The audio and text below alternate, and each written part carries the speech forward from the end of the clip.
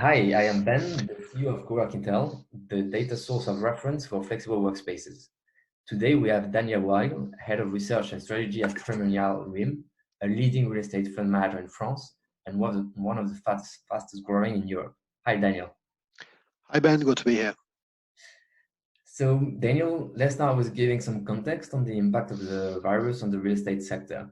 Given the broad portfolio of Primonial, you have an overview on the real estate sector as a whole, including flexible workspaces. Have you observed any difference between residential and commercial, long lease and flexible?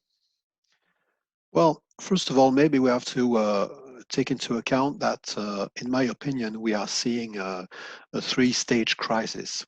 The first stage was about basic rental revenue collection, right, during the lockdown. And in this respect, we of course, we had difficulties with retail. 90% of rent collection problems was with shops or shopping centers. Very few on offices, none on residential. So clearly, in terms of the first stage, the rental revenue collection stage of the crisis during the lockdown, the issues were quite centered on retail and hospitality, of course. But now we're entering the second stage, which is modeling through a recession. So that will be much more, let's say, a broader impact on all asset classes, because of course a recession has direct or indirect effects on residential and commercial. And then you've got the third stage, which is the change in the practices of tenants, and typically remote working. So we're getting prepared for that. So in my view, we haven't yet entered the stage of the crisis where we'll have to see the impact on all asset classes. Today, it's very focused on retail and hospitality, but there will be an impact. There will be an impact on rents. There will be an impact, in my opinion, lower impact on values. We hope there won't be any impact on liquidity, because that would be crucial for the future of the real estate industry. And to answer your question about the leases, today, basically the typical trend has been to a trade-off between lowering rental values against expanding the lease. So we are not yet in the stage of tenants who ask for a shorter lease. Today we are rather in the stage where tenants are asking for extension of leases in exchange of, let's say, some free leases or some monthly payments, or all kinds of trade-off that we can do to make them pass this difficult period. So we are not yet in the stage where companies are considering their real estate policies yet. We don't know what we're not confronted with tenants who say, listen, I'm going to have much less needs in terms of office space. We're not confronted with that yet. Okay, understood. You are based in Paris. You are one of the Occidental markets that was most hit by the current crisis. Could you tell us how it started and how you have reacted to it so far? Well, technologically speaking, there's no real issue with doing a transaction during the lockdown. We can sign acquisition, we can sign SPAs.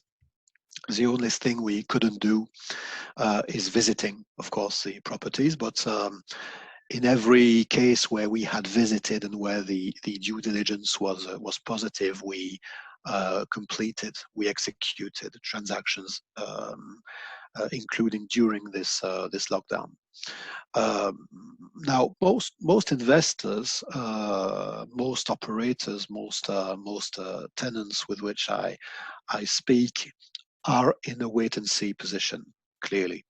They are yet waiting for let's say how to have more visibility on what will be the future, and what we haven't seen, for example, forced disposal, or covenants issue. We haven't seen that yet on the Paris market, and fundamentally. At Primonial, we manage funds. We didn't have the same issues that, for example, some UK funds had with valuations. Because some appraisals were contested because there was a lack of materiality. But in the French gap, in the French accounting rules, you don't have too much of this problem, because we don't believe that even if there are fewer transactions during an exceptional period, we should put a liquidity premium on all assets. So values, in my view, will be essentially hit through cash flows, but no liquidity issues, which of course is crucial for the future. Yeah, I understand. And you've touched upon this a little bit already, but depending on the subsector, have you seen residual demand? Perhaps have you seen some sector where demand has actually even increased? And if not, when do you anticipate things will start to improve? Well, in the Paris market, take up in offices is typically around 2 million square meters per year. And I expect it to fall, let's say, between 1 and 1.3 million square meters in 2020. So it's quite a sharp decrease. But the good news is that Paris, what we call intramuros, which is not quite the CBD, but what is within the Paris frontier, materialized by the peripheric road who controls Paris, the REIM. In that area, vacancy rates are very low. They're below 3%, and the risk premium in terms of values is quite high. It's about 300 base points. So in term you can compare that to the GFC, the Great Financial Crisis, where vacancy rates were about 6% and the risk premium was close to zero. So I would say we have a bit of slack on rental values and on asset values. So I think even if demand will fall in 2020, I don't see rental values or asset values falling in the same proportion. Now, of course, if we are headed for a Great Depression scenario, of course, all bets are off. So we're a bit in the hands of public policies now, and especially European public policies. But eventually, I believe we will see, I think we will escape a Great Depression. I think we'll have a recession, a very harsh recession. Obviously, see a slight improvement in 2021, and I believe a full-blown recovery when a vaccine is found. That's my perspective. Yeah, that makes sense.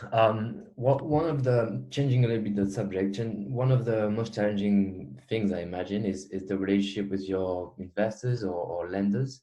Um, what has been the situation there, and is there any recommendation you can make on that side? Well, as I said, I think most are on a wait and see attitude. Uh, I I think that both investors and lenders have been quite mature in this crisis, because it is a total crisis. It's a crisis that no one can escape. It's not even a real estate crisis. It's a total crisis. We're all in the same boat. So I think, broadly speaking, the attitude was cooperative.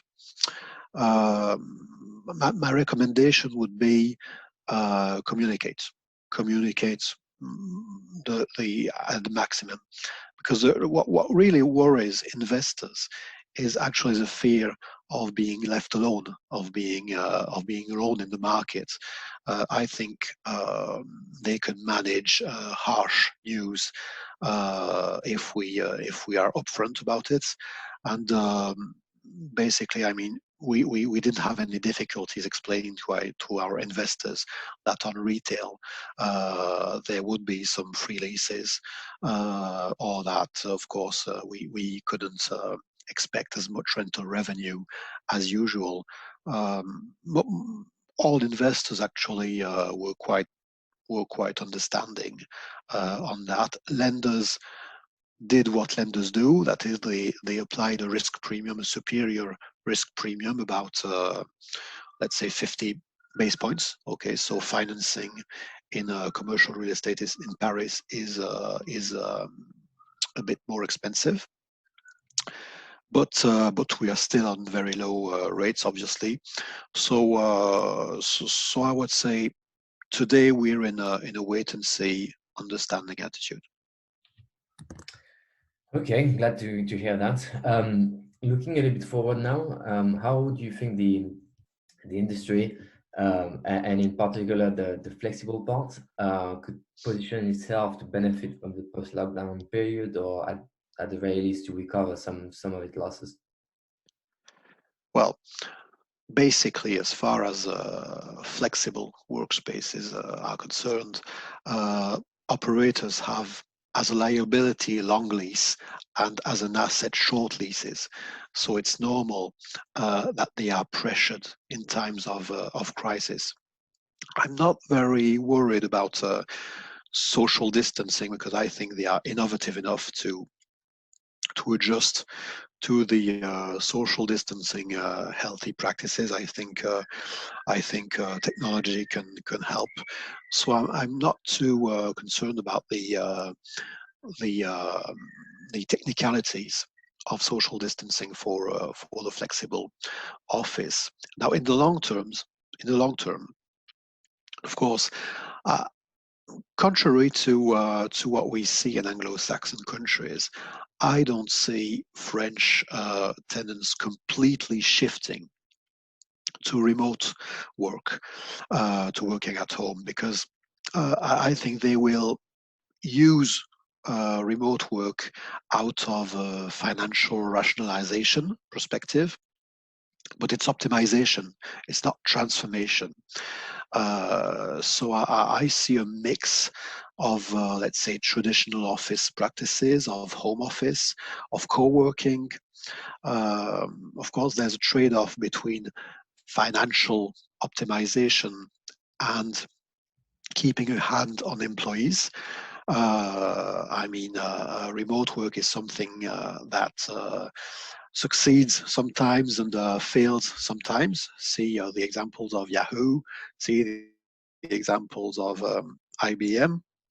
So I would say, as investors, we will have to sharpen our focus on flexible, optimal buildings that can integrate a certain dose of co-working, that have a ratio number of square meters per employee, which is low, that are flexible technically. Spaces can be converted into services, but I don't see a replacement of a model by another. I would say it's for major tenants anyway, and Paris is a market of major tenants. I see optimization, but not transformation. Thank you. That's very clear. Daniel, thanks very much, and Thanks a lot. Thanks for the invitation. thank you. All the best.